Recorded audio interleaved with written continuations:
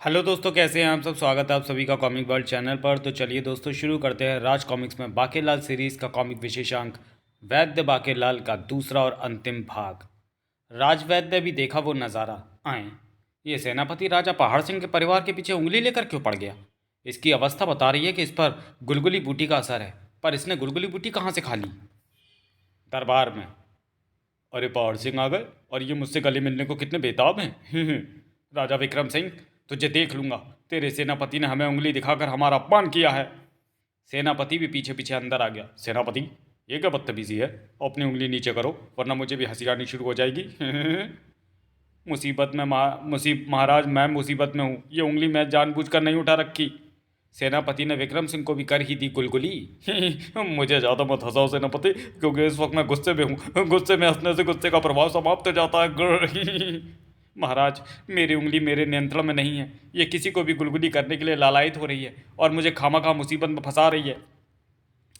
मैं आ गया। सेनापति के रोग की काटी काटी काटी औषधि लेकर। पाकेलाल, इसे जल्दी से काटी काटी औषधि का सेवन कराओ।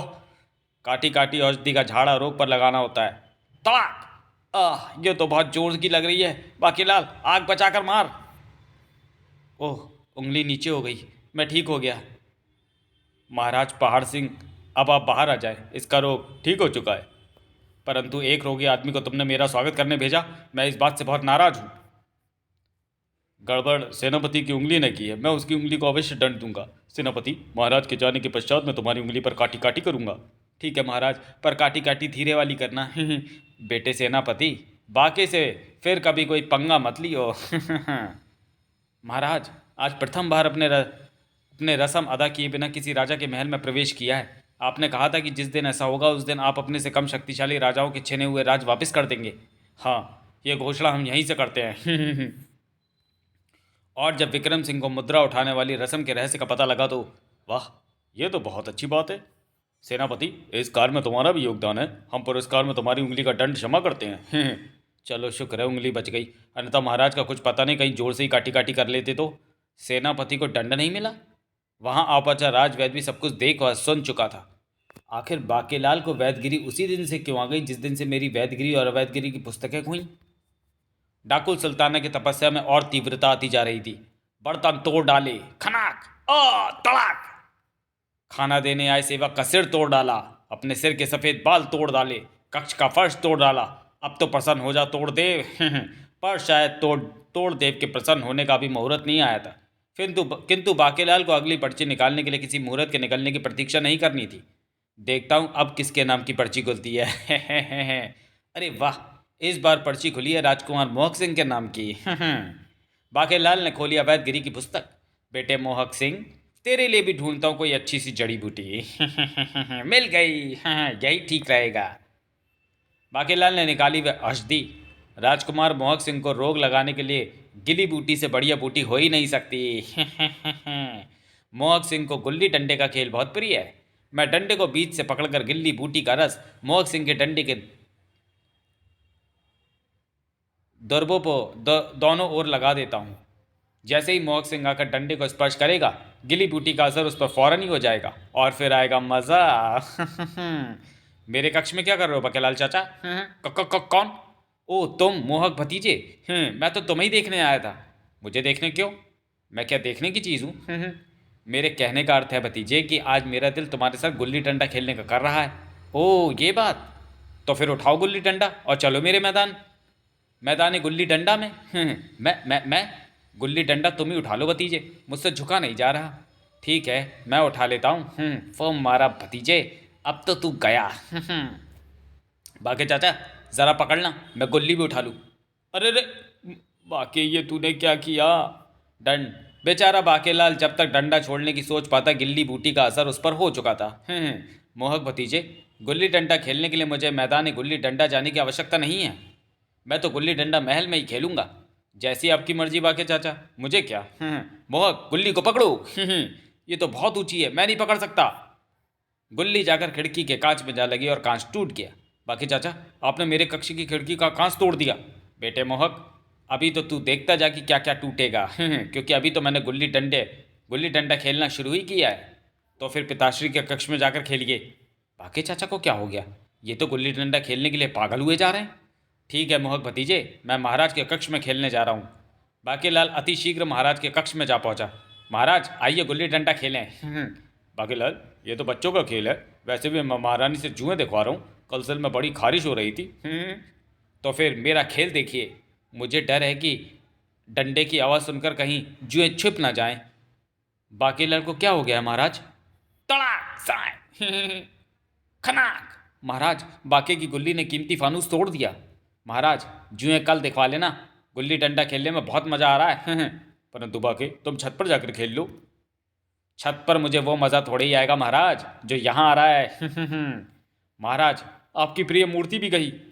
यह मेरे सपनों की रानी की मूर्ति थी। मैं ऐसी सुंदर रानी चाहता था, पर मुझे मिली बिल्कुल इसकी उल्टी रानी। इसलिए मैं इसे देख देख कर ही संतोष कर लेता था। पर हुण की होगा? बाकीलाल, ये खेल बंद करो, अन्यथा हमसे बुरा कोई ना होगा। तभी वहां प्रवेश किया सेनापति ने। महाराज, वो बाहर आओ। सेनापति, बाकीलाल को पकड़कर बाहर ले जाओ। इसने हमारे कक्ष को गुल्ली डंडे का मैदान समझ लिया है। महारानी, तुम जुए निकालो। पहले बाकीलाल को कक्ष से निकलने दो। तड़ाक बम मारा। ओह, सेनापति गुल्ली के प्रहार से बेहोश हो गया। वाह, मजा आ रहा है। महाराज बचिए, इस बार गुल्ली सीधे आपकी टाट की ओर आ रही है। मेरी टाट फटने से बच गई। आखिर बाकीलाल को हो क्या गया है? महाराज, आजकल महल में विचित्र प्रकार के रोग फैल रहे हैं। कहीं इसे भी तो वैसे ही कोई रोग नहीं हो गया? मैं तेरी फूं पर राजवैद्य को बुलाता हूँ। तेरी फूं की फूं, राजवैद्य को भेजो। मेरी फूं की फूं, मैं राजवैद्य बोल रहा हूँ, आ रहा हूँ। तेरी फूं प्राचीन समय का टेलीफोन जिस पर हेलो की जगह तेरी फूं कहा जाता है। महाराज, बाकीलाल ने गुल्ली मारकर आपकी मूर्ति भी तोड़ दी। ये मूर्ति आपकी मृत्यु के बाद श्रद्धांजलि के लिए रखी जानी थी। अब बाद में हम माला किस पर चढ़ाएंगे? मूर्ति तो मैं दूसरी बनवा दूंगा। लो, राजवैद्य आ गया। कक्ष में गिल्ली बूटी की तीव्र गंध फैली है। इसका मतलब बाकीलाल गिल्ली बूटी की चपेट में। इस रोग में रोगी गुल्ली डंडे से भयानक तोड़फोड़ करता है। ओह, गुल्ली इस अलमारी के नीचे चली गई। राजवैद्य, क्या सोच रहे हो? इस रोग का उपचार क्यों नहीं करते? उपचार की ही तो समस्या है। मेरी वैद्यगिरी की पुस्तक होती तो अभी इलाज कर देता। मैं बूटी लेकर आता हूँ महाराज। तभी हा हा हा हा हा हा हा हा। महाराज, ये राक्षस कहाँ से आ गया? मैं इसके महल में घुस आने की खबर देने ही तो आ रहा था महाराज। परंतु इसे क्या चाहिए? निकल बाहर। अरे निकल बाहर। राजा विक्रम सिंह, मेरे लंबे केस देख रहा है? हमारे यहाँ ऐसी रस्सी होती है।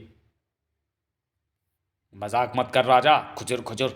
मैं जब परेशान होता हूँ तो मुझे मजाक करना बिल्कुल पसंद नहीं आता। इस वक्त मुझे मेरी जुआ ने परेशान कर रखा है। अब तक 50 कंगियाँ तोड़ चुका हूँ, पर जुए अभी भी सिर में भरी हैं। अब तो लीखें भी भर गई हैं, जिनके कारण हर समय सिर में खारिश होती रहती है। जुए पड़ने के डर से कोई राक्षसी मुझे अपने पास नहीं बिठाती। राजा, मैंने सुना है कि तेरी रानी जुए निकालने में माहिर है। मैं इसलिए ही यहाँ आया हूँ। रानी, चल जल्दी कर, मेरी जुए निकाल। नहीं तो मैं तेरे और राजा विक्रम सिंह के सर से सिर मिलाकर अपनी सिर की जुएं तुम दोनों के सर में भर दूंगा। राक्षस भाई, हम शांति प्रिय हैं, पर तुम्हें वायदा करना होगा कि जुए निकलवा कर तुम चुपचाप अपने घर वापस लौट जाओगे। ठीक है?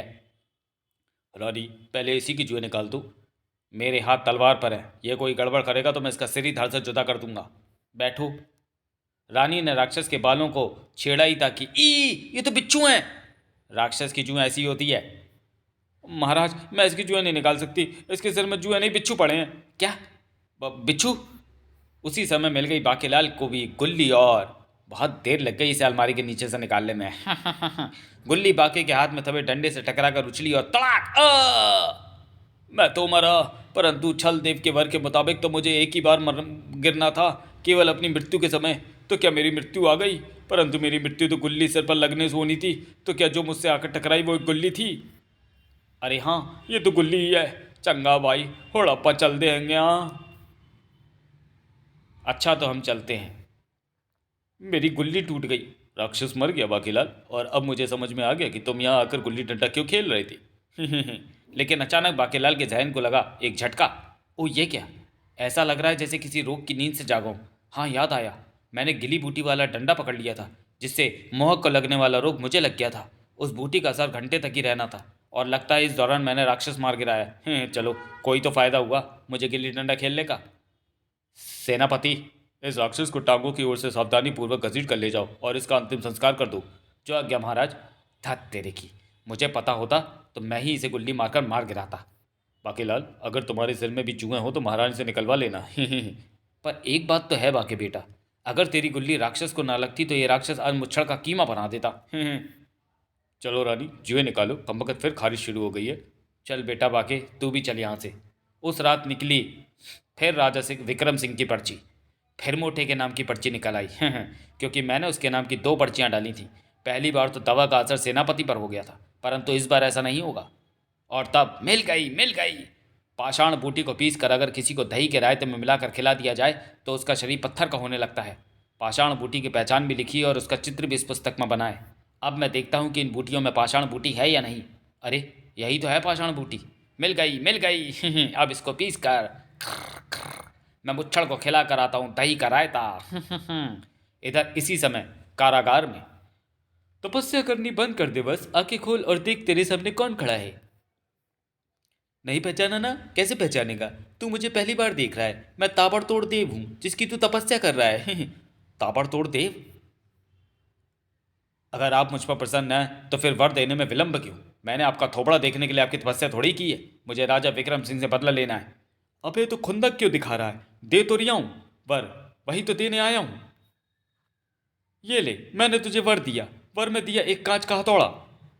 वैसे तो मैं तुझे लोहे का हथौड़ा देता, पर तू जिस बदतमीजी से मेरे साथ बोला है तेरे लिए यही ठीक है। और अब दोबारा मेरी तपस्या मत करियो वरना मुंह तोड़ दूंगा। चल फूट यहाँ से। पर फूटना तो मुझे है। पर मुझे इस हथौड़े का प्रयोग करने के लिए इस कारागार से तो निकालो। तुझे हथौड़ा दे तो दिया, अब तू खुद यहाँ से निकल जा। ओह ये बात। राजा विक्रम सिंह, आ रहा हूं मैं तेरे टुकड़े टुकड़े करने। तड़ा! अरे डाकू के पास हथौड़ा कहां से आया? पकड़ो उसे, वो फरार हो रहा है। थड़ा! दूर हटो, अब तुम मेरा कुछ नहीं बिगाड़ सकते। अब मैं आजाद होकर राजा की ईंट से ईंट बजा दूंगा। का रोको, डाकू सुल्ताना फरार होना चाहता है। मेरे हथौड़े से टकराने चले थे। तड़ाक! आ! जबकि इधर महल में भी हंगामा मचा था। बाकीलाल तुम कहाँ हो? मैं तो यहीं हूँ महारानी। पर क्या हुआ? मोटा पत्थर का बन गया होगा। बाकीलाल जल्दी चलो, वो देखो महाराज को क्या हो गया है। अरे महाराज तो पत्थर के हो गए। हुड़प्पा दी की हो बाकीलाल। तभी सेनापति भी वहां पहुंचा। महाराज को क्या हुआ? महाराज मूर्ति बन गए। ओह, अब तो इन्हें स्थापित करना होगा। मैं जगह देखकर मूर्ति प्रतिष्ठित समारोह का आयोजन करके आता हूँ। पर हुण मेरा की हो बाकीलाल। आप तो ऐसे रो रही हैं महारानी जी जैसे कि महाराज मर गए हों। अरे ये पत्थर की मूर्ति बनकर हमारे साथ तो रहेंगे ही। मैं मूर्ति को सिंहासन के पीछे ही प्रतिष्ठित करवाऊंगा ताकि महाराज का आशीर्वाद मुझे हर वक्त मिलता रहे और मैं राज का ठीक से चलाता रहूं। इधर सेनापति अभी बाहर ही निकला था कि ओह सेनापति तू? राजा विक्रम सिंह कहाँ है सेनापति? सुल्ताना डाकू, तेरे हाथ में क्या है? कांच का हथौड़ा जिससे मैं कुछ भी फोड़ सकता हूँ। मुझे भी? हाँ तुझे भी। देख इसकी ताकत। तड़ाक! अरे कहाँ गया सेनापति? डरकर भाग गया होगा। हाय महाराज, हुड़प्पा दी की हो। उस कक्ष में से रोने धोने की आवाजें आ रही हैं। शायद महाराज उधर ही हैं। ओह मेरा संदेह ठीक निकला, वो रहा राजा। राजा विक्रम सिंह, कमबख्त मैं आ गया हूँ बदला लेने। पहचान लिया ना मुझे, डाकू सुल्ताना को? तुम दोनों बाजू हो जाओ, क्योंकि अब जादू के हथौड़े को एक ही चोट से मैं मोटे का काम तमाम कर दूंगा। और तड़ाक! मगर ये क्या? अरे मेरा हथौड़ा कैसे टूट गया? उठ बैठा विक्रम सिंह भी। बाकीलाल, इसके हथौड़े की चोट से मैं ठीक हो गया। तब तक चीख पड़ी थी रानी स्वर्णलता। बाकीलाल पकड़ लो इसे और इसकी खूब पिटाई लगाओ। तड़ाक! ये तो जूते खाने के लायक है। कमबख्त इसी वक्त आना था तुझे जब मैंने उसे पत्थर का बना दिया। पहले आकर हथौड़ा क्यों नहीं मारा उसे? पर मोटा ठीक कैसे हो गया? जवाब डाकू सुल्ताना को तोड़ देव द्वारा मिल रहा था। सुल्ताना डाकू, तूने मेरे साथ बदतमीजी की थी, इसलिए मैंने तुझे ये बात नहीं बताई कि किसी राजा की मूर्ति पर यह हथौड़ा ना चलाइयो, वरना राजा पर से पत्थर का असर जाता रहेगा और वह 6 माह तक कभी रोगग्रस्त भी नहीं होगा और तेरा हथौड़ा भी टूट जाएगा। अब ले मजे। मैं तो चला। तब तक सेनापति सैनिकों को लेकर आ गया। मैं सैनिकों को लेने गया था। पकड़ लो इस बदमाश को। आज के बाद कभी किसी देवता की तपस्या नहीं करूंगा। बाकीलाल, अब तो तुम मुझे दही के रायते का रहस्य बताना ही पड़ेगा कि भोजन का समय ना होने पर भी तुमने मुझे रायता पीने पर विवश क्यों किया। मरता क्या ना करता, बाकी को अपनी जान बचाने के लिए झूठ का सहारा लेना ही पड़ा।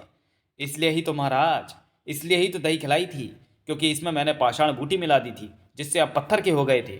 मुझे शंकर भगवान ने भविष्यवाणी करके सुल्ताना डाकू के कांच के जादू के हथौड़े के विषय में पहले ही बता दिया था। तो फिर बाकी देवपुच्ची,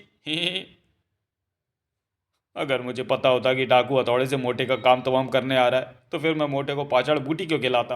अब तो मुच्छड़ 6 माह तक रोगग्रस्त भी नहीं होगा। पुस्तकें वापस ले जाकर राजवैद्य के कक्ष में रख देता हूँ। समाप्त। तो चलिए दोस्तों, वीडियो को यहीं समाप्त करते हैं और मिलते हैं बांकेलाल सीरीज के अगले कॉमिक विशेषांक शोक वाटिका में। तब तक के लिए धन्यवाद।